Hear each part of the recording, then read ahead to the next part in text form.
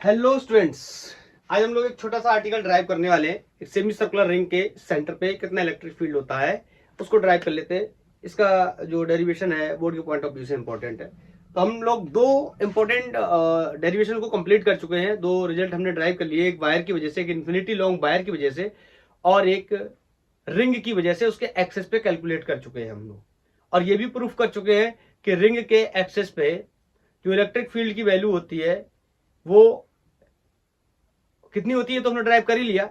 उसके साथ साथ एक पॉइंट उसमें और भी था कि अगर हम रिंग के उस पॉइंट से बहुत दूर चले जाए, मतलब X should be greater than R, तो हम आर को वहां इग्नोर कर दे रहे थे। इसका मतलब रिंग कैसे बिहेव कर रहा था, पॉइंट चार्ज की तरह, और उसका रिजल्ट भी 1/4πε0 Q/r² या x² जैसा ही आ गया था। ये बात प्रूफ हो गई थी। लाइट की इशू की वजह से मैंने उस लेक्चर को वहीं पर क्लोज कर दिया, तो इसलिए इस लेक्चर में मैंने वहां पे आपको क्लियर कर दे रहा हूं।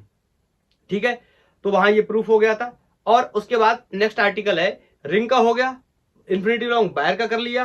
अब सेमी सर्कुलर रिंग का कर लेते हैं without using of Gauss law. Remember, we are not using the Gauss law. अभी हमें क्वेश्चन ने परमिट नहीं किया गॉस लॉ यूज करने के लिए। Then we will discuss about the dipole moment and will further discuss about the Gauss theorem और Gauss law. Then we can use the Gauss theorem to derive the expression for the electric field for the variety of geometries. Okay, clear? Like wire, semicircular wire, infinity wire, rings and all. Clear? Okay. So the question is written on the board. A thin semicircular ring of radius capital R is charged uniformly and charge per unit length is lambda. Everybody knows the lambda, charge per unit length.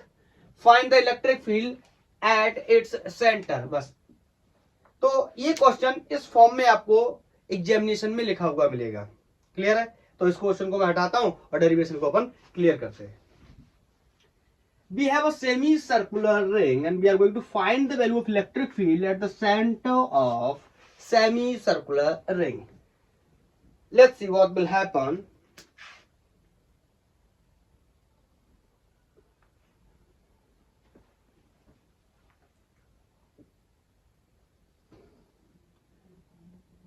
This is a semi-circular ring. Okay, and ऐसे अगर बना दूं, बोलो, approx यहां कहीं इसका क्या होगा, सेंटर होगा। और ये कैसा है, यूनिफॉर्मली। मैंने आपको पहले ही बोला था जितनी भी डेंसिटीज हैं सारी कांस्टेंट रहने वाली, मतलब डेंसिटीज कैसी होने वाली है, यूनिफॉर्म। अदरवाइज ये हमसे सॉल्व नहीं होगा। इसमें वेरिएबल फंक्शन बन जाएगा किसका, डेंसिटी का। तो उसको सॉल्व करने के लिए अलग मेथड से, जो हमारे सिलेबस के बाहर है। बोलो, अब मेरी बात को ध्यान से सुनना। मुझसे कह रहा है कि इस पॉइंट पे मींस सेंटर पे बताइए कितना इलेक्ट्रिक फील्ड होगा। तो सबसे पहले हम क्या करते थे, याद है क्या करते थे, एक पॉइंट चार्ज लाएंगे और इस, आपको पता है, इस पूरे रिंग की वजह से या सेमी सर्कुलर रिंग की वजह से तो मैं नहीं बता सकता, बट मैं यहां पे बता सकता हूं किसकी वजह से, पॉइंट चार्ज की वजह से। तो मैं क्या कर लूं, कुछ ऐसा कर लूं कि ये जो चार्जेस है यूनिफॉर्मली चार्ज है, ये किस में कन्वर्ट हो जाए, पॉइंट चार्ज में कन्वर्ट हो जाए। And you all very well known from this situation we have discussed 2 times. First in the case of infinity wire and second in the case of semicircular ring at the axis. Okay, तो क्या करेंगे, इसको differential length में क्या कर लेते हैं, cut कर लेते हैं। बोलो, छोटे छोटे इसके क्या कर लेते हैं, डीएल सेगमेंट कर लेते हैं और किसी एक डीएल का निकाल लेते हैं और सबको उससे क्या कर देते हैं, गुणा। ऐसा तो मैथमेटिक्स में बोलते हैं, लेकिन यहाँ पे क्या बोलेंगे, किसी एक एलिमेंट की वजह से जितना इलेक्ट्रिक फील्ड होगा, रिमेनिंग उन एलिमेंट की वजह से इलेक्ट्रिक फील्ड क्या होगा, सेम। जैसे एक डीएल की वजह से डी है तो दूसरे डीएल की वजह से भी डी होगा, तीसरे डीएल की वजह से भी डी होगा। और ऐसी चीजों को यूज करने के लिए या ऐसी चीजों को जोड़ने के लिए हम किसका यूज करते हैं, इंटीग्रेशन का, कैलकुलस मेथड का यूज करते हैं। यहाँ पे वो वाला फॉर्मूला चलने वाला नहीं है, 2 + 3 = 5, वो अंकगणित में चलता है। क्लियर? ओके, तो क्या मैं एलिमेंट काटना शुरू करूं, लेट्स से मैंने यहाँ पे कोई एलिमेंट काटा, लेट्स से ये एलिमेंट काटा और इस एलिमेंट की लेंथ मैं यहाँ पे शो कर दे रहा हूँ। ये एलिमेंट की लेंथ डीएल है, तो आपको पता है अगर डीएल लेंथ है मतलब डिफरेंशियल लेंथ है तो डिफरेंशियल चार्ज ही होगा। और अगर डिफरेंशियल चार्ज है तो ये डिफरेंशियल चार्ज हमारे लिए किसकी तरह बिहेव करेगा, एक पॉइंट चार्ज की तरह। डिफरेंशियल चार्ज का मतलब समझ गए, इससे छोटा चार्ज और पॉसिबल नहीं है। मैथमेटिक्स में डिफरेंशियल टर्म का मतलब होता है उससे और छोटी चीज पॉसिबल नहीं है। यहाँ डिफरेंशियल लेंथ का मतलब इससे और छोटा आप नहीं काट सकते। डी क्यू चार्ज का मतलब इससे और छोटा चार्ज पॉसिबल नहीं, हमें तो छोटा ही चाहिए और ये तो सबसे छोटा मिल गया, वो हमारे लिए किसकी तरह करेगा, पॉइंट चार्ज की तरह बिहेव करेगा। तो बोलो इस पॉइंट पे निकालने जाएंगे तो सबसे पहले मैं यहाँ पे क्या इंट्रोड्यूस करूंगा, बार बार मैं आपको एक ही स्टोरी बताता हूँ। सबसे पहले टेस्ट चार्ज लाएंगे जिससे क्या मिल जाएगा, इलेक्ट्रिक फील्ड का डायरेक्शन या इलेक्ट्रिक फोर्स का भी क्या मिल जाएगा, डायरेक्शन, इलेक्ट्रिक फोर्स का डायरेक्शन मिल जाएगा and electric field will be in the direction of electric force. इसलिए शॉर्ट में हम ऐसे बोल देते हैं किसका डायरेक्शन मिल जाएगा, इलेक्ट्रिक फील्ड का। बोलो तो ये जो डीक्यू चार्ज है इसकी वजह से यहाँ पे इस तरीके से रिपल्सन होगा और ये कुछ इस तरीके से डीई फील्ड यहाँ पे जनरेट होगी। बोलो अगेन सेम क्वेश्चन है, बार बार यही चीज को हम दोहरा रहे हैं। अगर ये इस तरह होता तो ये प्योरली एक्स में होता, ये इस तरह डीई होता तो ये प्योरली वाई में होता, ये प्योरली एक्स में होता, और ये इस तरीके का होता तो ये किसमें, एक्स वाई में, बिल्कुल एक्स वाई में। बस इसका अंतर क्या है, इसका एक कंपोनेंट एक्स में होता पॉजिटिव और एक कंपोनेंट एक्स में वाई में होता पॉजिटिव। इसका एक कंपोनेंट कहाँ होगा, बोलो इसका इंपैक्ट कुछ इस तरह है, तो एक कंपोनेंट एक्स में होगा और दूसरा कंपोनेंट कहाँ होगा, माइनस वाई में। बोलो बोलो बोलो, तो बनाने चलूं क्या कंपोनेंट, बोलो बनाऊं।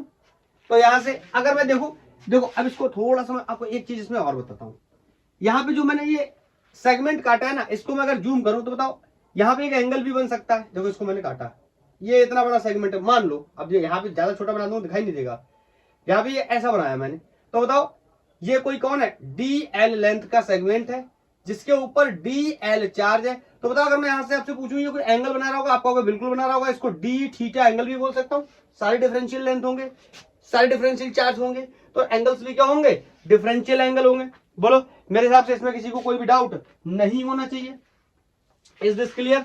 कोई बात नहीं, आप चाहो तो यहाँ पे बना सकते हो, लेकिन मैं आपको कुछ एक्सप्लेनेशन बताने की कोशिश कर रहा हूँ। तो यहां से लेट्स से ये एंगल बना होगा थीटा, बोलो, और इस लाइन को आगे मैं कैरी कर दूं तो आपको पता है कैंची वाले कोण बराबर होते हैं। बताते बताते थक गया हूं, आई थिंक अब तो समझ गए होंगे। अरे ये कैंची वाले कोण क्या होते हैं, बराबर होते हैं। ये एंगल्स क्या होते हैं, सेम एंगल्स होते हैं। तो बोलो यहाँ पे ये अपना चार्ज किधर रखूं, इसको किधर रखूं, ये बार बार इधर उधर हट जाता है बेचारा। टेस्ट चार्ज की कोई वैल्यू ही नहीं है सोसाइटी में, सब लोग सिर्फ इससे क्या करते हैं, डायरेक्शन निकलवा लेते हैं बस। हाँ अभी देखो यहां से ये एंगल थीटा, ये एंगल थीटा, तो ये एंगल भी थीटा, ये ई या डी ई। अब बताओ इसके क्या बनेंगे, दो कंपोनेंट बनेंगे। ये वाला एंगल थीटा है, एंटी क्लॉकवाइज लिया यहाँ से, तो ये वाला क्या हो जाएगा, डी ई कॉस थीटा। बोलो इसका ये कंपोनेंट, इसका दूसरा कंपोनेंट। इंपैक्ट देखो कहाँ है, नीचे की तरफ लाइक दिस।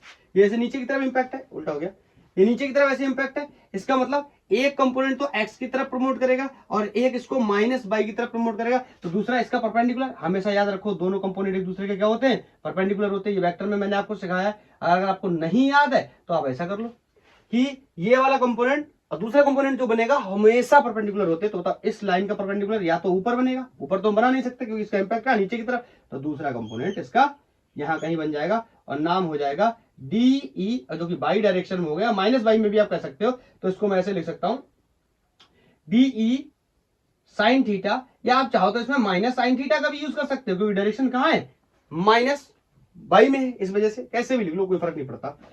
तो बताओ अगर मैं यहां से इस एलिमेंट के लिए, इस एलिमेंट के लिए, इस एलिमेंट के लिए, इस एलिमेंट के लिए, किसी भी एलिमेंट के लिए काटूंगा तो यहां से यहां तक वैल्यू, यहां तक इनफैक्ट यहां तक सारी वैल्यूज क्या आने वाली, यही आने वाली।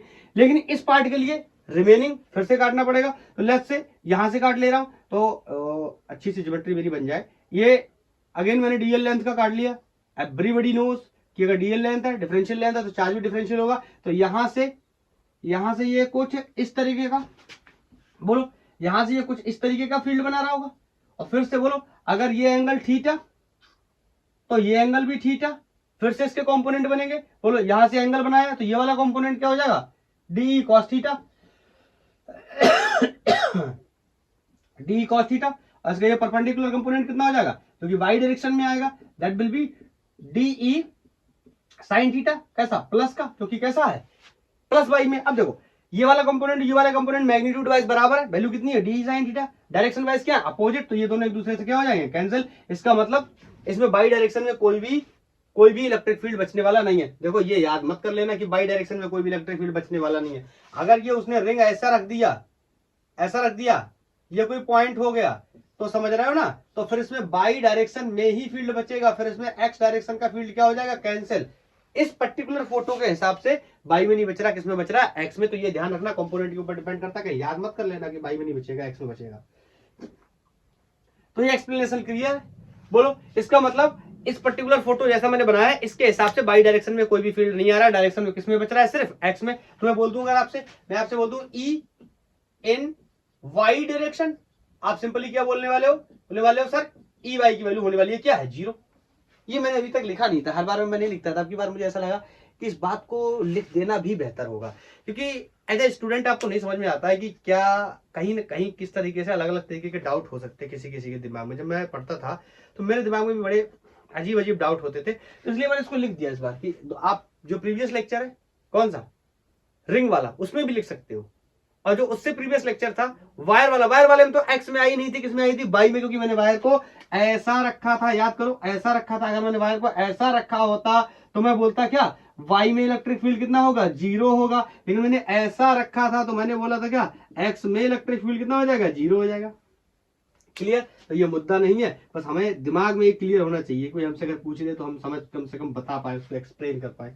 ठीक है, तो बोलो क्या करूं क्या करूं क्या करूं, इलेक्ट्रिक फील्ड किसके अलॉन्ग है, एक्स के अलॉन्ग है, तो D along x, D along x will be D, बोलो कितना, कॉस थीटा। इसका क्या कर देंगे, इंटीग्रेशन। तो अगेन बार बार हम करते हैं, डी विल बी ई, और इन एक्स डायरेक्शन, तो यहाँ एक्स वाई का कोई मुद्दा नहीं है, रिंग अगर ऐसा हो जाएगा तो ये एक्स के किसमें हो जाएगा, वाई में। तो सिंपल रिलेशन एक ड्राइव कर लेते हैं। अब मैं आपसे एक दो बात पूछने वाला हूं, आपको पता है यहाँ पे लिमिट लगानी पड़ेगी, बार बार मैं लिमिट लगाता हूं, मैंने सर्कुलर रिंग के केस में भी लगाया, वायर के केस में भी लगाया, और यहां पर भी लगाया। बार बार मैंने आपको बताया कि एंगल चेंज हो रहा है या नहीं हो रहा है, इस बात पर डिपेंड करेगा। अगर एंगल चेंज हो रहा है तो एंगल्स के हिसाब से लिमिट लगेंगी, और एंगल चेंज नहीं हो रहा है तो जो भी लेंथ है या जो भी एरिया है, जो भी वॉल्यूम होंगे, उनके हिसाब से क्या लगने वाली है, लिमिट लगने वाली। तो सबसे पहले चेक कर लेते हैं क्या एंगल चेंज हो रहा है क्या नहीं हो रहा है। मैं तीनों का आपको एक बार में कंक्लूड करके बताता हूं, वायर, सेमी सर्कुलर रिंग और इसका, वायर का भी बताता हूं, सर्कुलर रिंग का भी बताता हूं, इसका, तीनों आपका एक साथ देख लेंगे तो आपका कॉन्सेप्ट क्लियर हो जाएगा और आपको समझ में आ जाएगा, लिमिट का ही गेम है इसमें। देखो वायर था, याद करो ये वायर था, इस वायर में मैंने इस पॉइंट पे कहीं इलेक्ट्रिक फील्ड निकाला था, तो यहां से इस तरीके से ये कोई कंपोनेंट बना था। अब बताओ ये मैंने कोई एलिमेंट लिया था, अगर मैं ये एलिमेंट लेता, ये एलिमेंट लेता, ये एलिमेंट लेता, तो देखो हर बार में एंगल की वैल्यू क्या हो रही थी, चेंज हो रही थी। क्यों, क्योंकि ये तो डिफरेंशियल लेंथ में काट रहा हूं, तो ये वाली वैल्यूज क्या रहने वाली थी, सेम ही रहने वाली थी अप्रॉक्स। इसमें एंगल की वैल्यू क्या हो रही थी, चेंज हो रही थी। आप ऐसे भी समझ सकते हो, अगर आपके पास दिमाग है तो आप ऐसे भी समझ सकते हो कि यहां से यहां तक का डिस्कस करना है, इसका मतलब यहां पर एंगल कितना है, 0। जैसे जैसे ऊपर चढ़ूंगा एंगल, बोलो 5 degree, 10 degree, 20 degree, 30 degree, 40 degree, 50 degree, 60 degree, 70, 80, और यहां तक कहां तक पहुंच गया, π/2 तक। तो बोलो एंगल की वैल्यू क्या हो रही है, चेंज हो रही है। किसके केस में, वायर के केस में। याद आया, याद आया, तभी मैंने किसको हटाया था, डीक्यू चार्ज को हटाया था in the terms of charge density, फिर से मैंने उसको डिफरेंशिएट करके बनाया था। याद है, याद है, नहीं याद है फिर से जाके देखो और दोबारा पढ़ो। क्लियर है, अगर याद है तो अच्छी बात है, सबको याद होगा।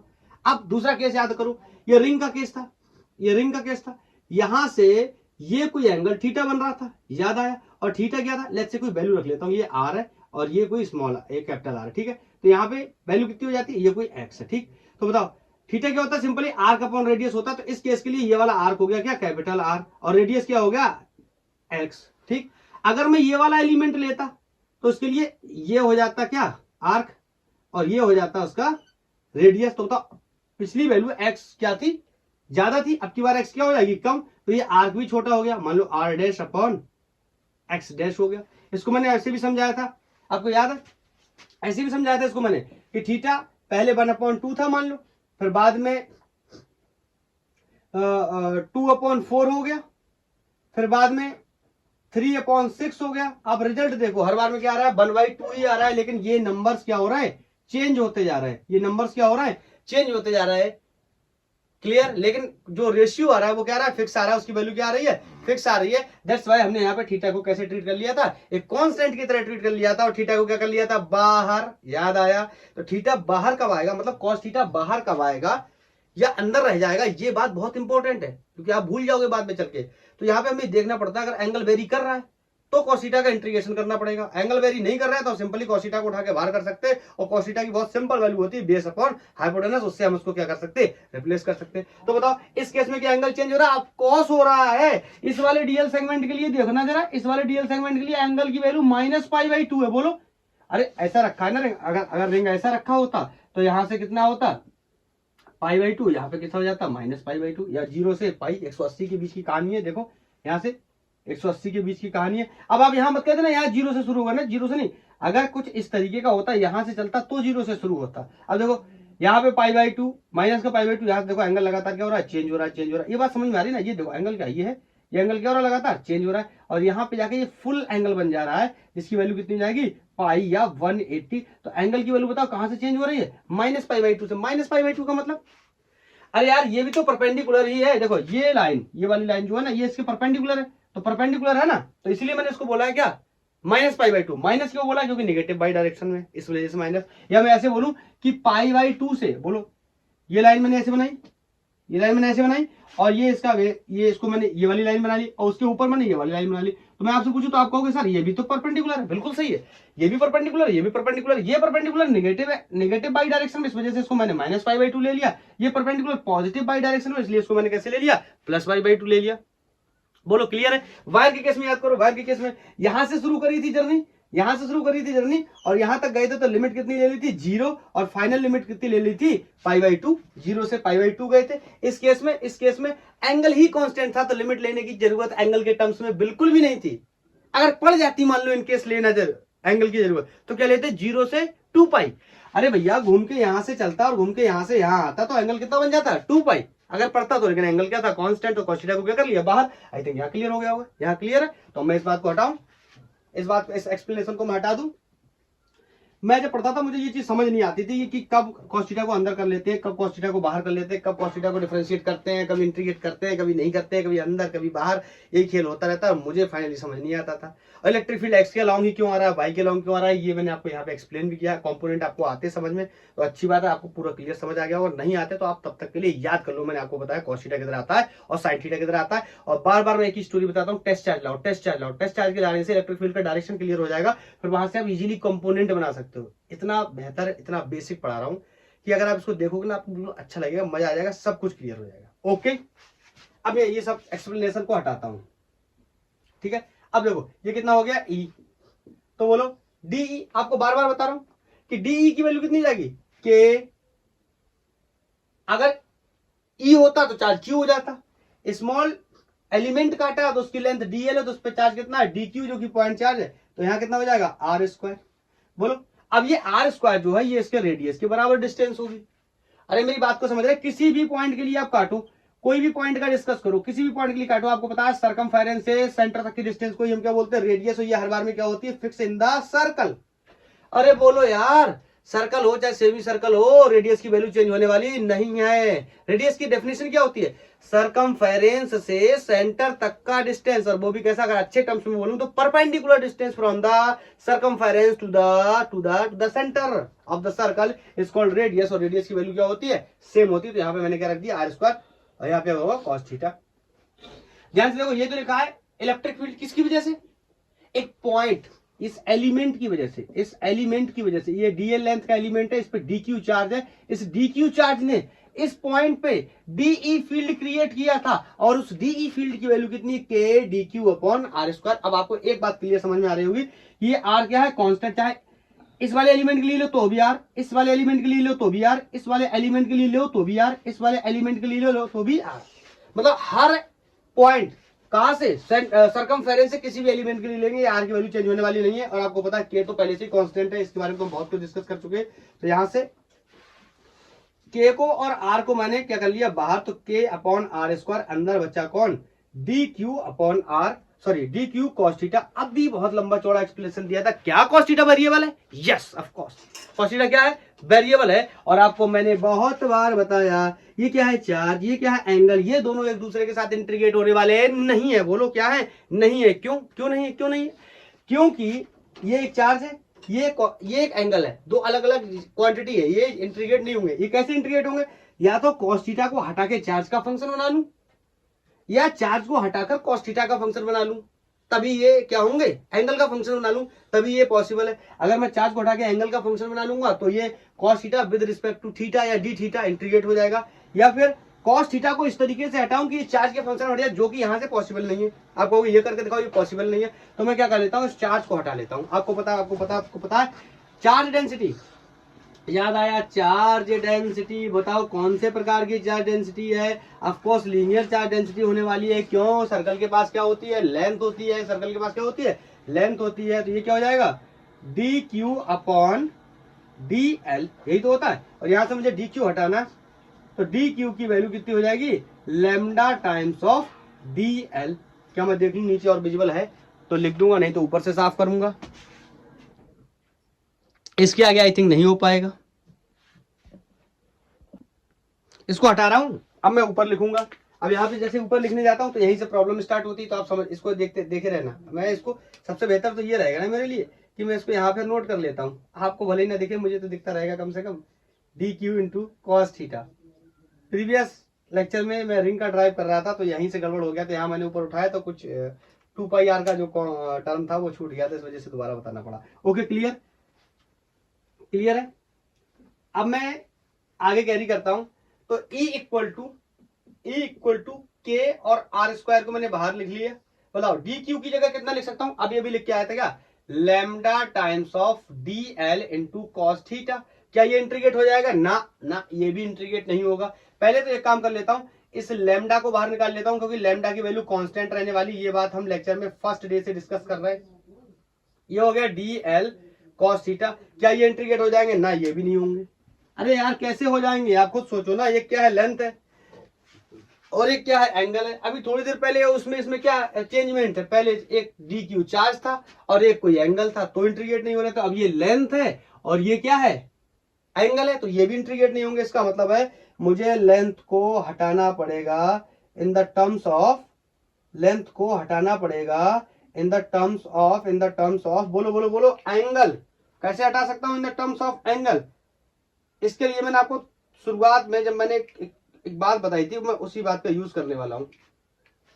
मैंने आपको बताया था कि यहाँ पे ये जो डीएल सेगमेंट हमने काटा ना, ये जो डीएल सेगमेंट हमने काटा है जिसके ऊपर डी क्यू चार्ज है, बोलो ये इस तरीके से बना था, इसकी लेंथ डीएल थी, इस पर चार्ज कितना था, डी क्यू था, इसकी लेंथ डीएल थी, चार्ज डी क्यू था, और ये वैल्यू कोई क्या है, आर। ये तो फिक्स रहने वाली है, किसी भी पॉइंट पे बात करो, चाहे यहां बात करो, चाहे यहां बात करो, चाहे यहां बात करो, ये वैल्यू तो फिक्स रहने वाली है, बोलो। और ये यहां से कुछ ना कुछ एंगल भी बन रहा होगा, ये कौन एंगल होगा, डी थीटा। अगर मैं आपसे कहूं कि मुझे यहाँ पे डी थीटा की वैल्यू लिखनी है, तो आपको पता है एंगल क्या होता है, angle equal to arc upon radius. ये बहुत ही बेसिक चीज है, बहुत ही छोटे क्लासेस से हम पढ़ते चले आ रहे हैं। आर्क रेडियस मैंने साथ में लिख दिया, आर्क अपॉन, चलो साथ में लिख लिया तो इसका फायदा भी ले लेता हूँ, यहाँ पे आप लोग लगा देता हूँ। तो बोलो एंगल का नाम यहाँ पे मैंने क्या रखा, डी थीटा। अरे भैया आप कहोगे डी थीटा क्यों रख रहे हो, डी थीटा इसलिए रख रहा हूँ, जो छोटा सा एलिमेंट मैंने काटा है जिसकी लेंथ कितनी है, डी एल, जिसपे चार्ज कितना है, डी क्यू, तो उसपे एंगल भी कितना बना होगा, छोटा सा। आपको तो रेडियस भी छोटा होना चाहिए, नहीं मेरे भाई, रेडियस की वैल्यू मैंने क्या बताया, किसी भी पॉइंट के लिए हमेशा क्या रहने वाली है, फिक्स रहने वाली है, आर ही रहने वाली है, रेडियस की वैल्यू चेंज होने वाली नहीं है। चाहे आप इस पॉइंट के लिए निकालो, चाहे आप इस पॉइंट के लिए निकालो, चाहे इसके लिए निकालो। अब तो समझ गए होंगे। तो बोलो आर क्या हो जाएगा, डी एल, और लेंथ क्या, आर अपॉन रेडियस क्या हो जाएगा, आर। तो यहां से डी एल की वैल्यू कितनी हो गई, बोलो डी थीटा या आर डी थीटा। बोलो यहां से क्लियर, अरे बोलो बोलो बोलो। अब इस वैल्यू को मैं यहां रख देता हूं तो मेरा काम बन जाएगा। तो E इक्वल टू लैम्डा के अपॉन कैपिटल लिखा है कि स्मॉल। अब देखो यहां पे फिर से मुझे लग रहा है ये कैपिटल और स्मॉल आर का कोई गेम हो गया, एक सेकंड चेक करने देना। हाँ ये गेम कुछ है, ये कैपिटल आर नहीं, मैंने जब पहले से डिस्टेंस ले रखी है कैपिटल आर, तो ये इसको मैं क्या लिखूंगा, कैपिटल आर, क्योंकि यहां से यहां तक की डिस्टेंस ले रहा है ना, 0.4 से फाइंडिंग पॉइंट तक की दूरी लेते हैं, तो 0.4 से फाइंडिंग पॉइंट तक की दूरी इस केस में कहीं से भी लेंगे आर ही आने वाली। अभी मेरे साथ गेम करने वाला था, नहीं कर पाया, कोई बात नहीं, आर स्क्वायर, कोई बात नहीं। और इस डीएल की जगह कितना रख देता हूं, R times of d theta into cos theta. अब बोलो ये विजुअल है, पहले तो चेक कर लो, क्या ये विजुअल है, पहले ये चेक कर लूं, हाँ विजुअल है। अब बताओ अगर मैं लगाने जाऊंगा लिमिट, अब तो यार आसानी से इंटीग्रेट हो जाएगा। क्यों, ये क्या है, आर डी थीटा, ये क्या कॉस थीटा। आपको बता आर कांस्टेंट है, बाहर खींच लेंगे इसको, ये आर से एक आर मर जाएगा, दैट्स ओके। बोलो दैट्स ओके, नो प्रॉब्लम। आप समझना ये क्या डी थीटा, ये क्या कॉस थीटा। अब इंटीग्रेट होगा कॉस थीटा का differentiation with respect to theta. बोलो बोलो बोलो बोलो। अरे फिर से लाइट कैसे हुआ। आप एक सेकंड वेट करो, बस एक सेकंड। बताओ क्लियर है? रख दो लिमिट, रख दो लिमिट। अब तो ये इंटीग्रेट हो जाएंगे इजीली। इसमें से आर क्या हो जाएगा, बाहर आ जाएगा। बोलो तो लिमिट रख दूं कहां से, बोलो यहां से स्टार्ट या यहां से स्टार्ट कर लो, कहीं से स्टार्ट कर लो। तो हम लिमिट, लोअर लिमिट कितनी रखेंगे, -π/2 से कहां जा रहे हैं हम लोग, π/2। उल्टा नहीं करेंगे कि π/2 से -π/2 जा रहे हैं, -π/2 से π/2 जाएंगे। ठीक है, तो ये हटा रहा हूं, यहां से ऊपर इसको ड्राइव कर देता हूं। तो यहां से आर की वैल्यू को मैंने बाहर कर लिया और lambda upon K R square और integration of cos theta with respect to D theta limit from -π/2 to π/2 या +π/2। बोलो एक आर से एक आर एलिमिनेट हो गया। E इक्वल टू लैम्डा के अपॉन आर। और मैंने आपको पहले भी बता रखा है, मैं यहाँ पे पहले मेंशन कर देता हूं, पहले भी मैंने आपको बता रखा है कि cos थीटा का इंटीग्रेशन, cos थीटा का इंटीग्रेशन, cos थीटा का integration with respect to D theta क्या होता है, sin थीटा। क्लियर है? तो मैं यहां पे लिख दूं, यहां पे मैं लिख सकता हूं E इक्वल टू लैम्डा के अपॉन आर। इसका इंटीग्रेशन कितना हो जाएगा, बोलो sin थीटा का, सॉरी cos थीटा का इंटीग्रेशन कितना था, sin थीटा। बोलो लिमिट फ्रॉम -π/2 टू π/2। नोट करो बस। अब लिमिट्स को डालना है और हमारा काम क्या हो जाएगा, कंप्लीट हो जाएगा।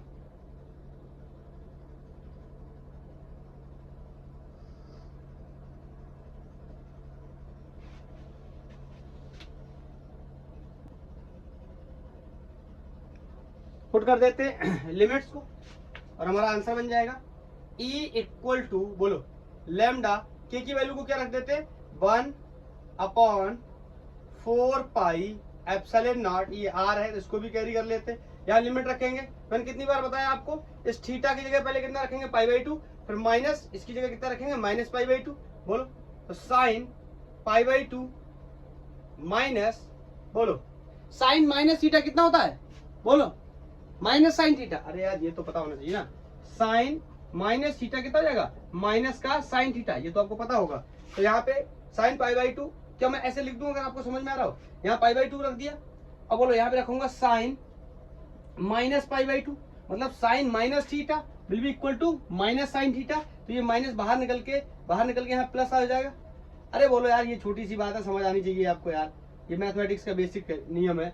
Sign minus theta will be equal to minus sine theta. I think ये बात आपको पता होगी, नहीं पता तो याद करो। ओके, अब यहाँ पे रिजल्ट ड्राइव करने के हम लोग बहुत ही करीब है। तो बताओ ई की वैल्यू क्या हो जाएगी, लैम्डा अपॉन